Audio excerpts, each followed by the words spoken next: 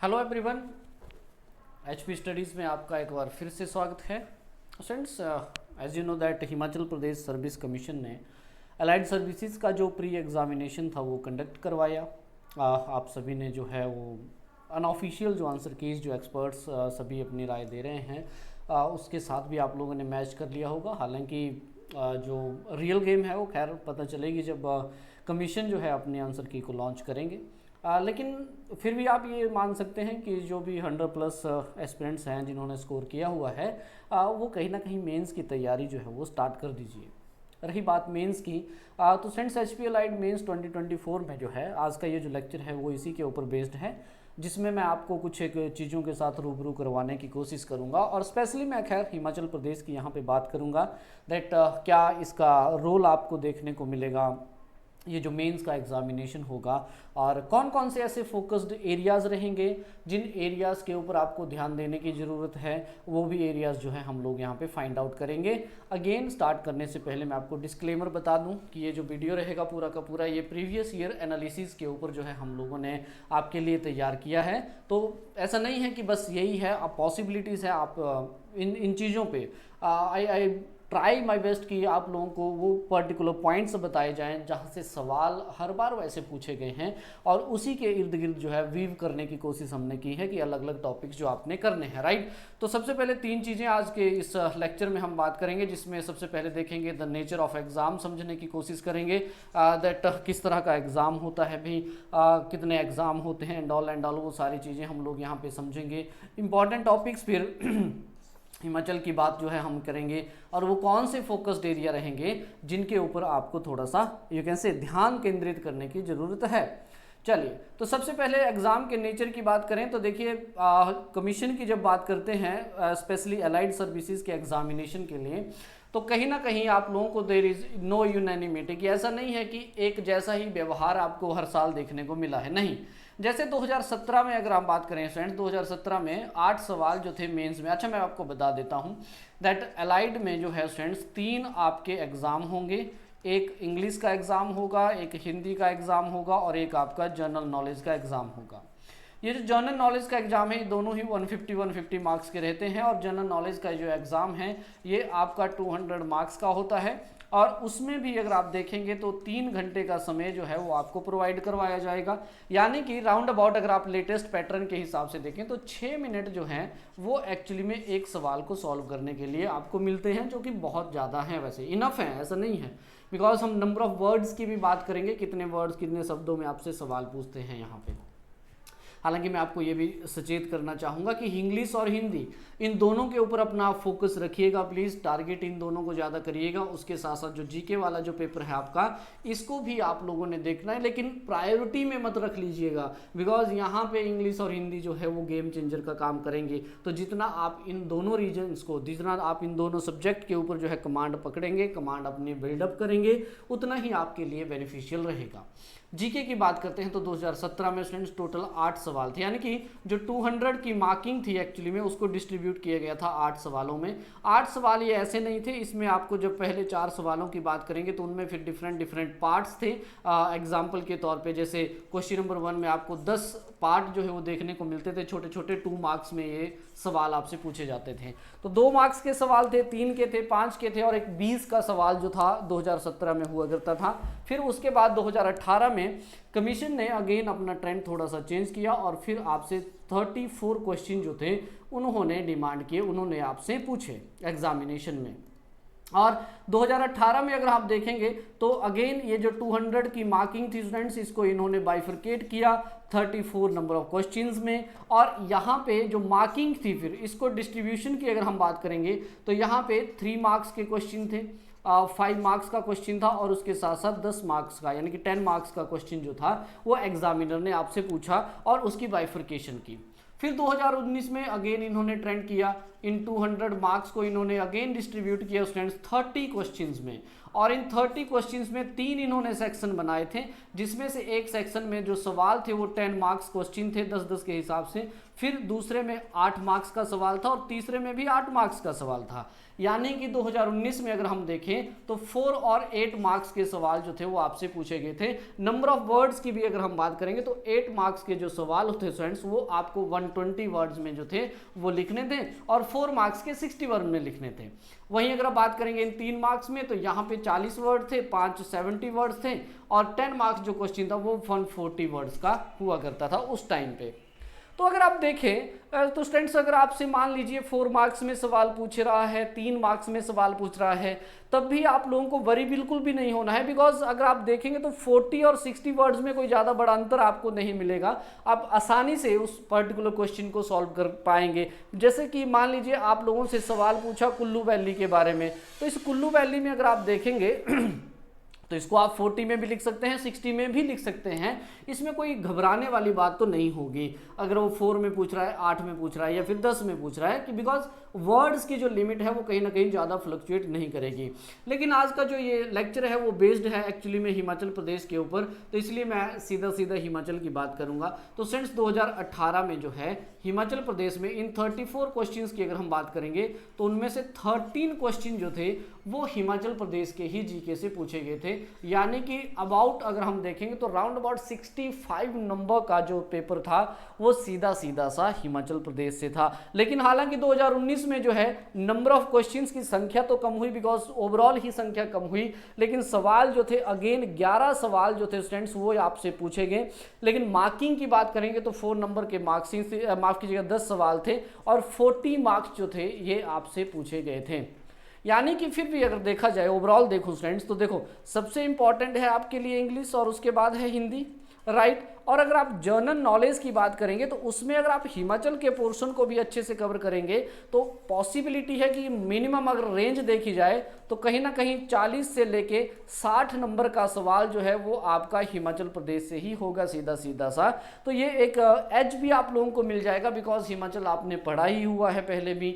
और हालांकि जीके का पोर्शन बहुत लेंथी है, इसमें आपको हिस्ट्री मिलेगी, जियोग्राफी मिलेगी, पॉलिटी है, इकोनॉमी आपको देखने को मिलेगा, देन हिमाचल प्रदेश जो खुद में एक जीएस है वो देखने को मिलेगा। तो इसलिए मैं फिर से आप लोगों से रिक्वेस्ट कर रहा हूं कि अपना जो फोकस है वो प्लीज़ इंग्लिश और हिंदी पे इन पे पकड़ कीजिए, अपनी जितना हो सकता है उतना आप इनको मजबूत कीजिए। उसके साथ साथ जीके वाले पोर्शन को जो है आप लोग थोड़ा सा देखते रहिएगा, है ना। ऐसा भी नहीं है बिल्कुल छोड़ देना है, इसको भी आप लोगों को देखना पड़ेगा, राइट। तो इसमें आप देखेंगे तो हिमाचल का एक अच्छा खासा वेटेज हमें देखने को मिल रहा है और जानने की भी कोशिश करेंगे हम कि कौन कौन से एरियाज हैं जिनसे आपसे सवाल पूछे गए हैं, राइट। तो आई होप यहाँ तक आपको बातें क्लियर हो रही हैं कि क्या ट्रेंड जो है वो चलता है जब अलाइड की बात आती है, बिकॉज हर साल ही कुछ ना कुछ चेंज हो रहा है, लेकिन वो चेंज ज़्यादा इफेक्ट नहीं कर पाता, ये मैं आपको बताने की कोशिश कर रहा हूँ। ऐसा नहीं होता कि बहुत कुछ ही चेंज कर दिया जाता है। नंबर ऑफ क्वेश्चन जरूर चेंज किए जा सकते हैं, लेकिन वर्ड्स लिमिट जो होती है वो जर्नली आप देखेंगे तो वर्ड लिमिट वैसा ही आपको देखने को मिलेगा, राइट। चलिए तो अब हम बात करते हैं उन फोकस एरियाज की और इंपॉर्टेंट जो टॉपिक्स रहेंगे हिमाचल प्रदेश के जहां से आपसे सवाल जो है वो पूछ सकता है एग्जामिनर, उनकी बात करते हैं। फ्रेंड्स देखिए सबसे पहले ध्यान देना है आप लोगों ने, अगेन मैं फिर से आपको बता रहा हूं, डिस्क्लेमर दे रहा हूं कि ये जो वीडियो है ये हमने PYQs को देख के एनालाइज आपके लिए किया हुआ है और उसी के अराउंड जो आपको सब टॉपिक्स हैं वो मैंने यहाँ पे मेंशन करने की कोशिश की है, ताकि आप मैक्सिमम जो ये टॉपिक्स रहेंगे इनको आप लोग यहाँ पे देख सके, राइट। तो सी फोकस्ड एरिया में अगर आप देखेंगे तो सबसे पहले अगर इंपॉर्टेंट टॉपिक्स की बात करें तो हमारे पास जियोग्राफी हम लोगों को देखने को मिलेगा। The first topic we have is the geography, right. अब जियोग्राफी से देखो PYQs में सवाल पूछे गए हैं भाई, ऐसा भी नहीं है कि सवाल यहाँ से नहीं आया है, तो सवाल आए हैं, लेकिन जो फोकस एरिया रहेंगे वो आपके सामने है यहाँ पे। जैसे फिजियोग्राफिक डिवीजन है, it is again very important sense, possibilities हो जाती हैं इस तरह के, बिकॉज फिजियोग्राफिक डिवीजन कहीं ना कहीं मेंस का भी एक हिस्सा बन जाता है। जब आपसे मान लीजिए आपसे फिजियोग्राफिक डिवीजन के बारे में ही एक्सप्लेनेशन उसने पूछ ली, फिजियोग्राफी या यू कैन से टोपोग्राफिकल डिवीजन, जिसमें आप देखेंगे शिवालिक हिल्स हैं, मिडल हिमालय है और ग्रेटर हिमालय है, इनके बारे में आपसे पूछा जा सकता है। 4 मार्क्स की अगर हम बात करें तो शायद मिडल हिमालय के बारे में आपसे शॉर्ट नोट पूछ ले, वो इस तरह की चीजें जो है ध्यान रखनी है। तो physiographic division is must important. Then the second important segment from the geography is the drainage. Students, Himachal Pradesh का जो ड्रेनेज है इसको प्लीज पढ़ के जाइएगा। प्री के लिए आपने बिल्कुल सारी चीजें जो है वो याद करके रखी हुई हैं कि कौन सी चीजें जो है यहाँ पे, कौन सी रिवर है, किसकी ट्रिब्यूटरी है, एंड ऑल। तो यही सारी चीजें जो है अब आपको मेंस के हिसाब से इंप्लीमेंट करनी है। देखो ओरिएंटेशन हल्की सी चेंज होती है, पढ़ा आपने सब कुछ है, आपने यहाँ पे लिखना है, ठीक है। राइटिंग आपने डिस्क्रिप्टिव वे में आपने लिखना है, आपको बताया जाएगा, सब कुछ बताया जाएगा, डोंट वरी। तो इम्प्लीमेंटेशन की अगर हम बात करें तो यहाँ पे आपको डिस्क्रिप्टिव वे में लिखना है। हो सकता है जैसे एग्जांपल ड्रेनेज से सवाल आप देखेंगे तो पूछा जा सकता है कि ब्यास रिवर्स का जो ड्रेनेज सिस्टम है उसको एक्सप्लेन कीजिए हिमाचल प्रदेश में, सतलुज रिवर सिस्टम को एक्सप्लेन कीजिए, उसकी वेरियस ट्रिब्यूटरीज को एक्सप्लेन कीजिए, या आपसे पूछ सकता है कि जो हाइड्रो पावर प्रोजेक्ट हैं कौन कौन से, ब्यास के ऊपर कौन से हैं महत्वपूर्ण, उनसे उनके ऊपर यू कैन से एक शॉर्ट नोट बताइए, सतलुज के ऊपर कौन कौन से उनके ऊपर शॉर्ट नोट जो है आपको बताने को आ सकता है। इस तरह से जो है इन चीज़ों को आप लोगों ने यहाँ पे ध्यान में रखना है, बिकॉज PYQs के आधार पे मैंने आपको बताया कि इस तरह के सवाल आए हैं। वैलीज की अगर बात करें तो नेक्स्ट जो जियोग्राफी में आपको सेगमेंट जिस पे ध्यान देना है वो है valleys. Valleys is most important one. देखो वैलीज में फ्रेंड्स अभी आप लोगों ने ये पढ़ा होगा कि सर चंबा में ये वैली है, कुल्लू में ये वैली है, कांगड़ा में ये वैली है, इस तरह की चीज़ें आपने देखी।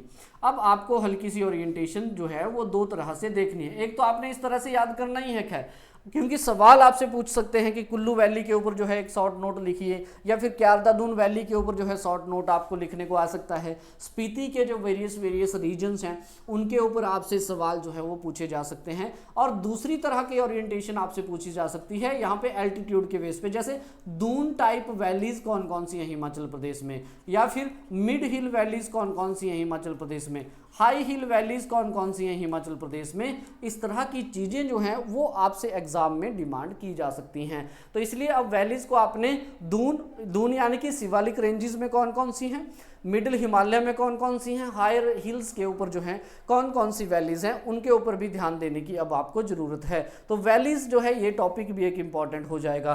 देन अगर मेंस पॉइंट ऑफ व्यू से देखें स्टूडेंट्स तो यस जियोग्राफी में अगर हम बात करें तो यहाँ पे आपको वेजिटेशन जो है यहाँ से भी सवाल बन सकते हैं। वेजिटेशन दो तरह से आप देखेंगे, एक तो हिमाचल प्रदेश में कौन सी किस तरह की वेजिटेशन है, और दूसरा आपसे ये भी पूछ सकता है वो कि किन्नौर की वेजिटेशन के बारे में बताइए, बिकॉज किताबों में मेंशन किया गया है। तो इसलिए वेजिटेशन जो है ये भी इंपॉर्टेंट हो जाएगा। देन उसके बाद जियोग्राफी में देखें तो क्लाइमेट और climatic zone are very very important. तो यहाँ पे आपने क्लाइमेट ऑफ हिमाचल प्रदेश जो है इसको देखना है। वेरियस क्लाइमेटिक जोन कौन कौन से हैं, जैसे सब humid tropical zone, temperate zone है, एरिड जोन है, वेट टेम्परेट जोन है, इस तरह के जो एरियाज उनमें कौन कौन से रीजन्स हैं, एनुअल मीन टेम्परेचर क्या होता है वहाँ का, एनुअल मीन रेनफॉल कितना होता है वहाँ का। तो उन चीज़ों को आप डिस्क्रिप्टिव वे में आप लोगों ने जो है वो देखना है। यहाँ पे देखिए फैक्ट तो अब बहुत कम आपको मिलेंगे, लेकिन जितने भी होंगे वो आपको थोड़ा सा रिमेंबर जो है वो माइंड में रखने पड़ेंगे। तो climate is again very very important. These are some important topics you will focused from the geography section of Himachal Pradesh, right?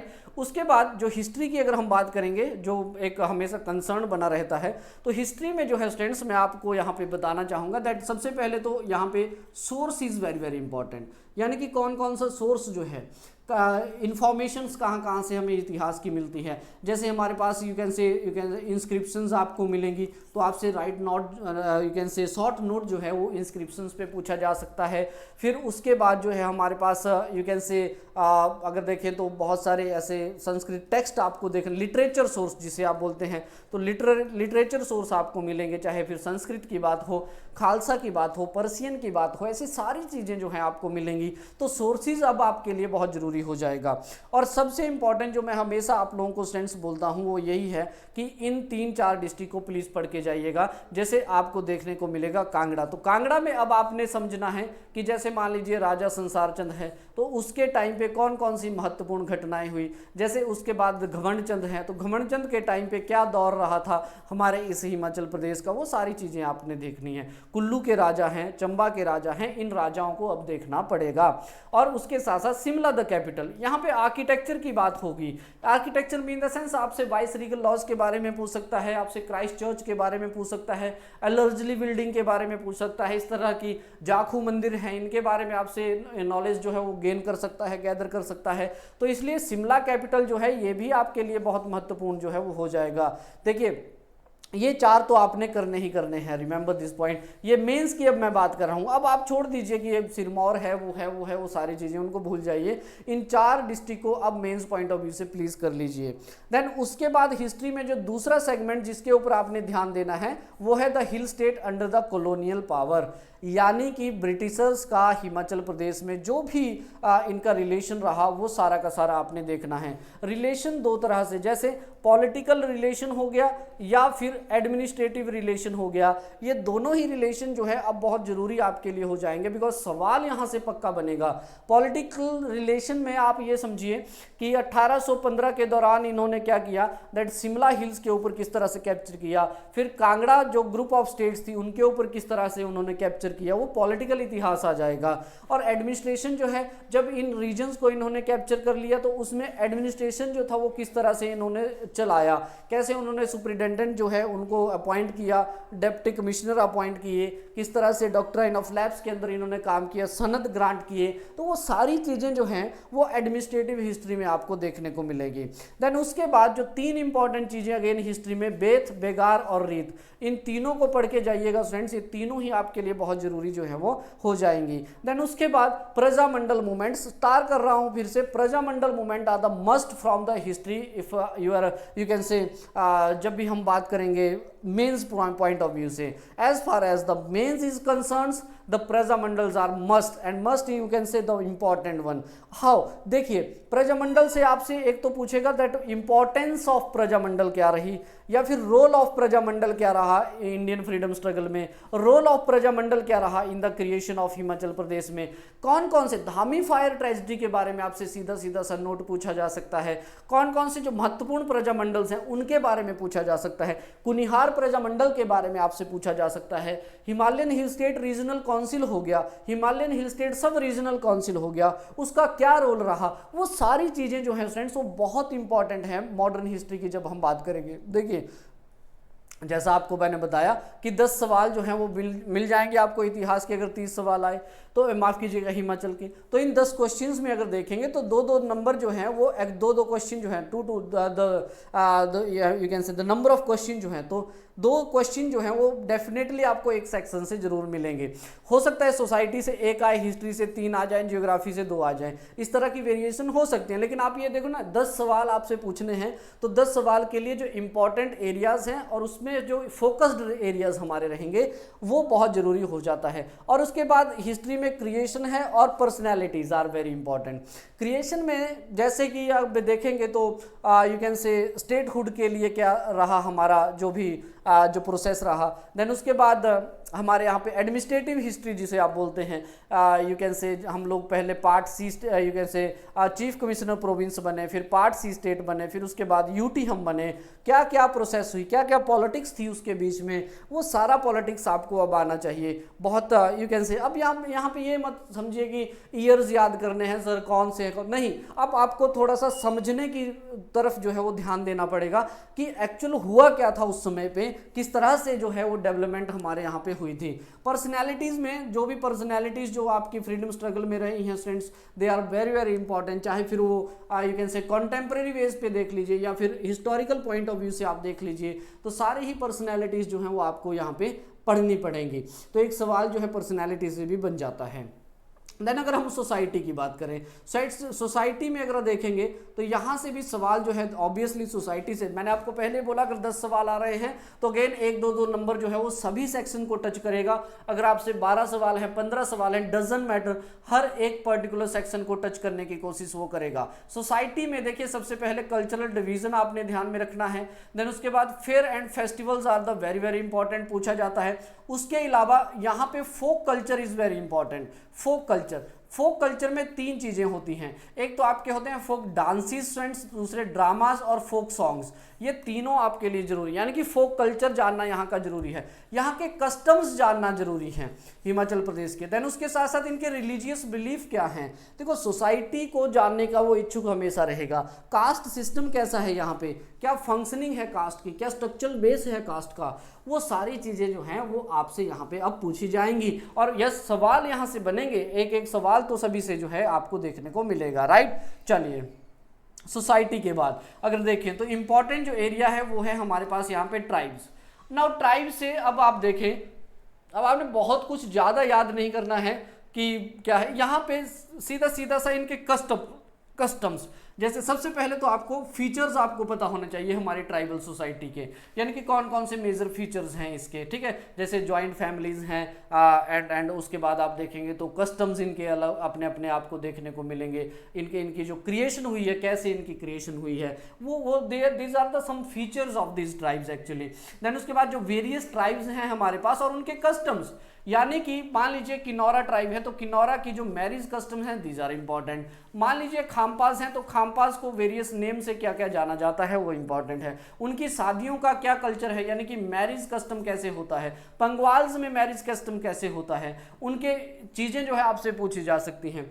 किन्नौराज के लोगों का क्या फेस्टिवल्स हैं, क्या फेयर्स हैं, लाहौल हो गया, किन्नौर हो गया, इस तरह के। स्वांगलाज हैं तो स्वांगलाज में आपसे जो है वो सवाल पूछे जा सकते हैं, राइट, ठीक है। तो ये आपने ध्यान रखना है। उसके अलावा जो इंपॉर्टेंट आपको मिलेगा ट्राइब्स में वो है changing factor. What is the changing factor, यानी कि क्या चेंज हो रहा है। फॉर एग्जांपल मॉडर्नाइजेशन का क्या फर्क पड़ रहा है ट्राइबल सोसाइटी पे, यानी कि आज के दौर में क्या चेंज हमें देखने को मिल रहे हैं, या फिर इनकी डेवलपमेंट के अंदर जो है वो कौन कौन सी दिक्कतें हम लोगों को देखने, कौन कौन से ऐसे कंस्ट्रेंट्स हैं जो डेवलपमेंट में जो है यहाँ पे यू कैन से प्रॉब्लम क्रिएट करते हैं। तो यस, ट्राइब्स में आपने इन चीज़ों के ऊपर अब ध्यान देना है।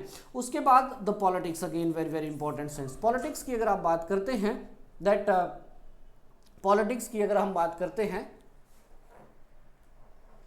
तो उसमें अगर आप देखेंगे तो पॉलिटिक्स में students, if you see the सवाल यहां से बना है, ठीक है जी, ऐसा नहीं है सवाल नहीं आया है, लेकिन पॉलिटिक्स में क्या देखना है। सबसे पहले तो मेजर पॉलिटिकल पार्टीज देखनी है आपने, और ये पॉलिटिकल पार्टी का सिनेरियो कैसे चलेगा। देखो 1952 से लेके 1972 इनके बीच में आपने ध्यान देना है दैट कौन से यहाँ पे पार्टीज रही हैं। फिर उसके बाद आएगी पॉलिटिकल पार्टीज की डेवलपमेंट में 1972 से 1980, और उसके बाद 80 में इसलिए बिकॉज यहाँ पे अब भारतीय जनता पार्टी फिर अलग होके फिर अलग से सिनेरियो चलेगा, और फिर 1980 से लेके प्रेजेंट तक क्या आपको पॉलिटिकल डेवलपमेंट मिला। पॉलिटिक्स ऑफ सब रीजनलिज्म, यानी कि यहाँ पे उप क्षेत्रवाद की पॉलिटिक्स के बारे में आपको पता होना चाहिए। होता क्या है उप क्षेत्रवाद, इसके बारे में पता होना चाहिए। क्या क्या फैक्टर्स होते हैं उप क्षेत्रवाद के लिए, कैसे वो पॉलिटिक्स में इन्फ्लुएंस करता है।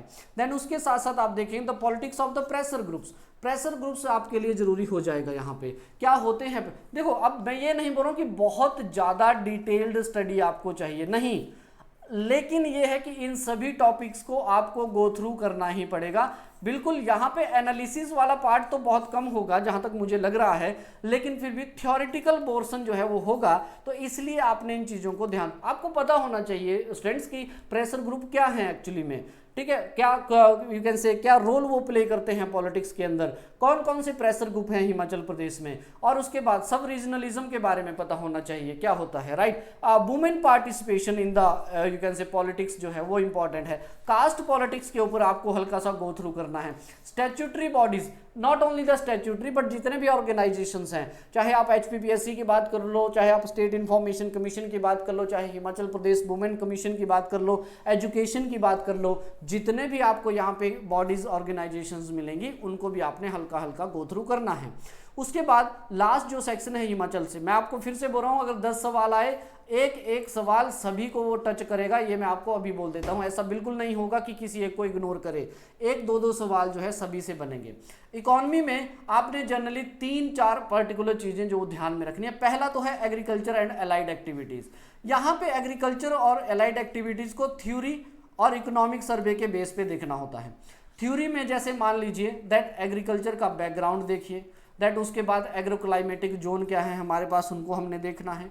देन उसके साथ साथ अगर आप देखेंगे यहाँ पे कौन कौन सी प्रॉब्लम्स आपको मिल रही हैं एग्रीकल्चर की जब बात करते हैं हम लोग। फिर उसके बाद आ जाएंगे हम लोग जैसे एग्रीकल्चर में यू कैन से लैंड यूज़ पैटर्न क्या है, यू कैन से उसके बाद देखेंगे तो फार्मर्स जो हैं उनकी डिस्ट्रीब्यूशन कैसे यहाँ पे हो रही है, वो सारी चीज़ें आपको मिलेंगी, राइट। और उसके साथ फिर इकोनॉमिक सर्वे के थ्रू हम देखेंगे इसकी कंट्रीब्यूशन ग्रोथ जो है वो क्या है, और उसके साथ साथ क्या कुछ जो है सरकार इनिशिएटिव्स लेके आ रही है। और अलाइड में अगर देखेंगे तो इसमें जनरली हॉर्टिकल्चर और फॉरेस्ट्री इन दोनों को देखना होता है, इनके रोल्स जो है आपने देखने हैं। तो इसमें थ्योरी भी देखनी है और आपने यहाँ पे यू कैन से इकोनॉमिक सर्वे कंटेम्प्रेरी जो आपके पास डाटा अवेलेबल है उस डाटा के ऊपर भी हम लोगों ने क्या करना है, यहाँ पे थोड़ा सा फोकस रखना है। जैसे हॉर्टिकल्चर का क्या रोल है इकोनॉमी में, हमारे हॉर्टिकल्चर में क्या दिक्कतें हम लोगों को देखने को मिलती हैं, कौन कौन से हॉर्टिकल्चर के इंपॉर्टेंट प्रोडक्ट हैं हमारे लिए, तो ऐसी चीज़ें जो है अब आपको पता होना जो है बहुत ज़रूरी हो जाएगा। देन उसके बाद हम बात करते हैं यहाँ पे इंडस्ट्री में स्टूडेंट्स देखो, जैसे कि एग्जाम्पल के तौर पर इंडस्ट्रीज में आपसे देखो किस तरह के सवाल बनेंगे।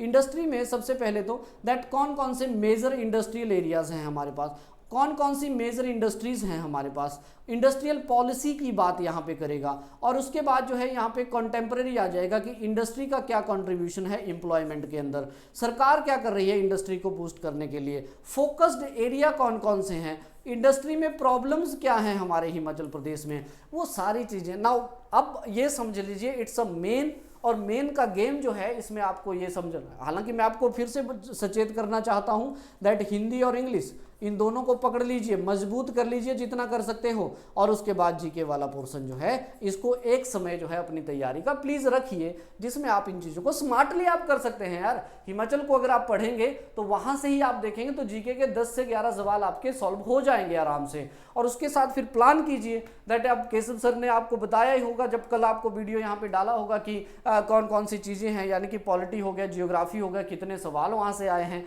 वैसे फिर आप you will create your own plan, और बाकी हम भी मदद आप लोगों की यहाँ पे करेंगे। हाइड्रो पावर्स इंपॉर्टेंट है ना। यहाँ पे अब हाइड्रो पावर में क्या, देखो दो चीज़ें। पहला, हाइड्रो पावर की जब आप बात करते हैं स्टूडेंट्स तो इसमें सबसे पहली चीज देखो कौन कौन से हाइड्रो पावर प्रोजेक्ट हैं, शॉर्ट नोट सीधा लिखने को आएगा। एग्जाम्पल के तौर पे नाथपा झाकड़ी के बारे में बताएं, कोल डैम के बारे में बताएं, या फिर यू कैन से हाइड्रो पावर में देखेंगे तो ये संचय जल विद्युत परियोजना के बारे में बताएं, भाखड़ा जो डैम है उसके बारे में आप बताएं। तो ये एक तो शॉर्ट नोट वहां पे वही आएगा, देखिए 40 से 60 वर्डों के शब्दों के बीच में ही आपको लिखने को मिलेगा, वो सारी चीजें आपने ध्यान में रखनी है। उसके अलावा हाइड्रो पावर में प्रॉब्लम्स क्या है हमारे पास, what are the problems and what are the benefits of the hydro power generation to the Himachal Pradesh, ये चीजें समझने की हैं, आप ये चीजें जानने की हैं अब आप लोगों के लिए कि क्या हो रहा है क्या नहीं हो रहा है। यहाँ पे देखिए बहुत रेयर है कि आपसे ये पूछा जाए कि